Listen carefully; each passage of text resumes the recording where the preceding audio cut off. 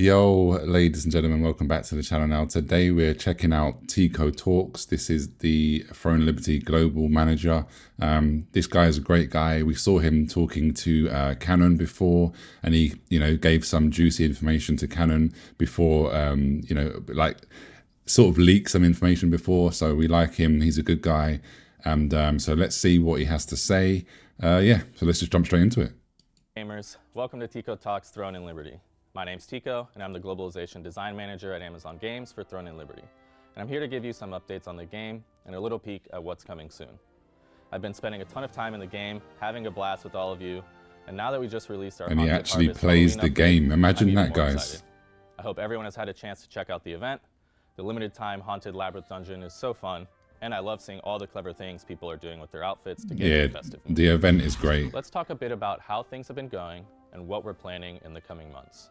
First, I want to give a huge thank you to the millions of players that have joined us so far on this journey.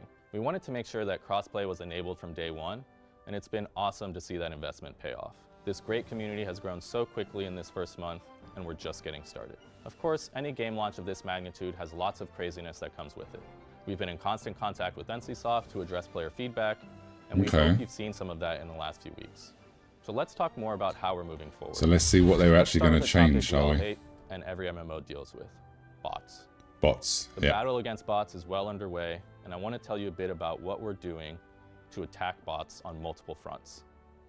First, we're continuing to improve our detection algorithms and are now running those daily to ban bots as quickly as possible. Second, we're attacking the areas in which bots can operate and continuing to look for ways to make it difficult for bots to do business. But we want to do that while minimizing the impact to real player experience. We have some plans related to the auction house to impose protections to limit bots' impact there. Interesting. We'll share more on that once they're not we're gonna, able, but can't reveal too much detail. I was going to say they can't reveal too much because that will cause problems. Players who engage in RMT behavior. Participating in RMT negatively impacts several aspects of the game. I'm gonna pause it here. They have already actioned this. This is obviously pre-recorded, but they have literally, I think it was yesterday now, they actioned the RMT like on players, and there's been pictures going around that basically there's certain players that are on like minus 100,000 Lucent. That's absolutely, to me, guys, that is mental. So they've been RMTing, 80,000, 100,000, 50,000, whatever it is, but now they're in the minus, and they have to literally, to get out of the minus, it's basically a debt.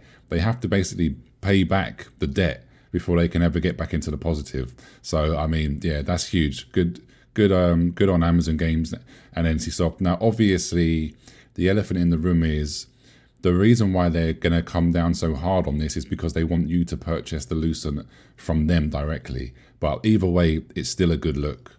Empowering bot activity, compromising the hard work of players who follow the rules, and more. We will continue to action players with more severe punishments as appropriate, including negative Lucent balances, full auction house lockouts, suspensions, and bans. There you go. Zero tolerance for this type of There it is. Zero tolerance. The next thing I want to talk to you about is world bosses, which are garnering a lot of discussion in the community. Oh, here we go. Here we go, guys. First, let's talk about loot drops. Many of you have been feeling that world bosses have often left you feeling disappointed because you don't feel there's a meaningful chance to acquire gear during these events. To improve this, we're going to do two things. First, we're going to increase the number of portals that appear for Peace Mode bosses. Okay, fair enough. Portals will be generated based on player counts, but on average, I would expect you to see at least one more portal per boss. This should help spread players out across more fights. On very busy servers, that's not really going to do too much. The second thing is we're introducing a new chest drop that has a chance to be included in your participation reward after the boss dies. This chest will allow you to select one of any of the epic items the boss can drop, which we hope will also give players the agency of choosing a reward that's most relevant to them.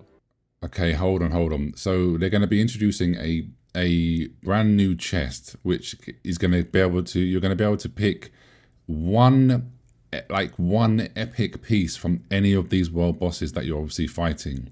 So it just depends on the drop rate of the chest. Obviously, it's not going to be that high. Surely not, right? But that is really big, guys. That is huge. That is really, really, I like that. That's a good change. All items from this chest will be untradeable, though the non-weapon items can be lithographed if the player chooses. Okay. Players can expect both of these changes to be live following our maintenance on October 31st. We've also been paying attention to the impact. Hold on a minute. Whoa, whoa, whoa, whoa, whoa. Paying attention to the impact that the Eclipse will be live following our maintenance on October 31st. October 31st. Guys, this is huge. Skill is having on Peace Mode bosses occurring within Abyss dungeons.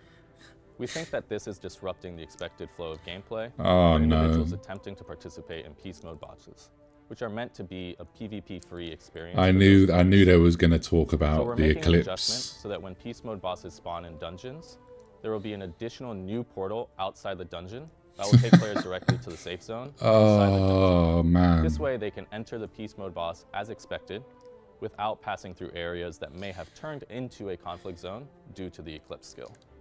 This change is expected to go live in mid-November. Before we carry on, like, I understand there's many players that don't like this. My guild has been part, we've taken part in calling down eclipses during peace bosses and stuff, because obviously the whole point of the eclipse, right? You're trying to turn the area into conflict so that you can deny the enemy guilds the chance of getting the loot, whether it's a PvP boss or a PvE. The whole point is you can only call it once every 12 hours. And yeah, we've been getting a lot of spicy debates on the server. I've seen obviously other servers, other guilds are doing this as well. There's been many Reddit posts and all of this stuff on Twitter and YouTube. I mean, I don't agree with it. I just think it is what it is. It's part of the game. Nobody complained about this on Korea this whole time when we called eclipses on Korea and stuff. It's just part of the game, right? But it is what it is. I understand. Amazon Games is obviously trying to make the game a little bit more casual friendly for the West. So yeah, it is what it is. I don't agree with it, but I can understand it. So anyway, let's move on. Eclipse skill itself will continue to change the dungeon into conflict mode, as always.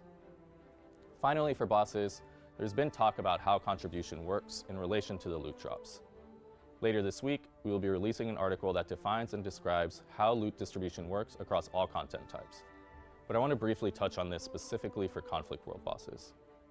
With the recent change locking boss loot to the original owner for 10 minutes. Yeah, I don't like that change. What the value of PvP is in these events. The spirit of the Conflict World boss is that guilds are fighting to control the area to allow their guild to damage the boss and raise their contribution, thus increasing their chances to get better loot. Correct. In addition to increasing your own contribution, though, you're also going to decrease the yeah, exactly. In conflict mode, you do this by killing players from rival guilds, which will reduce that player's contribution by 70% each death. So reducing another guild's contribution increases your relative contribution. So it's a major factor in determining the loot that can drop for you. We are working on introducing some contextual UI indicators of contribution amounts. Okay. And we hope that this will help guilds be more strategic about then they're basically going to show us how much contribution each guild has currently, which is huge. We have made 3 recent changes to matchmaking for dungeons. To help with queue experiences, we introduced a new option to queue for a random dungeon when using this was amazing. This is a really good change, guys. Better match players based on their combat power. Yeah, very good change. This is working very, very nicely as well. Rates, we increased the damage and HP buff when queuing through matchmaking to be 10%, up from 5%. All of these changes went live on October 17th. Then, in order to improve the rate in which players can acquire their desired gear, we made another change following the Haunted Harvest Halloween update that provides a bonus reward when queuing for random dungeons. You get the box. Each successful random dungeon completion will reward 1 additional dimensional soul shard, and will also have a chance at a larger reward of 1 dimensional essence. We hope that these changes have had a meaningful impact to your experience with I still haven't got my dimensional essence yet, by the way, guys. I still haven't got mine yet. And we'll continue to tweak it. All right, let's talk now about some major systems that players may already be familiar with because of their time playing on the Korean service. In particular, I want to talk about 2 systems, Substance Transformation and the Rune system. Talk about the Gamba. And I want to be very clear here. Neither of these systems will launch in our The Gamba system is very, very, very heavy pay to win in Korea. And both systems will be improved in a way that will satisfy both Korean and global users. While not all changes are finalized, here are some things I can say for now. For the rune system, it will have at a minimum the following adjustments. First, rune slot unlocking will no longer require RNG to obtain your desired slot type. That's huge, Second, guys. we're introducing a separate rune bag with improved searching capabilities Yes. to reduce the burden on your traditional inventory and storage. That's really, really while good also making news. it easier to find your desired runes. Good quality of life there. For substance transformation, it will at a minimum be changed so that tradable items cannot be used in the system.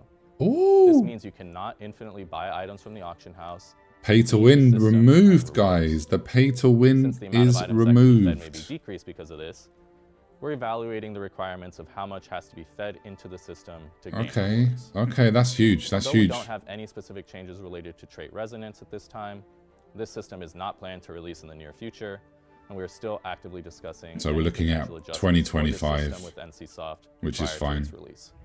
While we're on the topic of upcoming systems, I want to talk about a growing desire from our players to have the ability to engage in more structured PvP outside of the competitive large-scale options currently available in the open world events. and conquest Battlegrounds, battles. please. I'm happy to say this is something we've had on our radar for a while, and we're excited to bring you a new feature that will come in mid-November that will provide on-demand battle feature.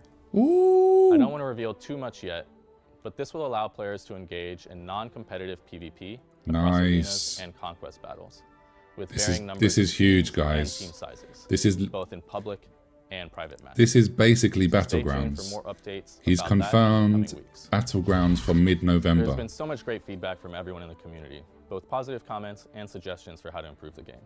Thank you. We're really grateful that you are all this invested in helping us continue to improve the game. We're just getting started, and this week on October 31st, our first player survey will open. Okay. You will be able to access it from the Silesium notice board in-game, and I want to really encourage you to take it. We take the results very seriously, and real actions have spawned from all of our previous surveys.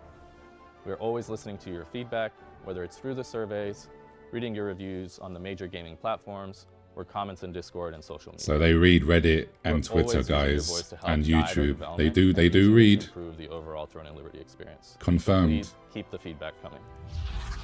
All right, that brings us to the community question.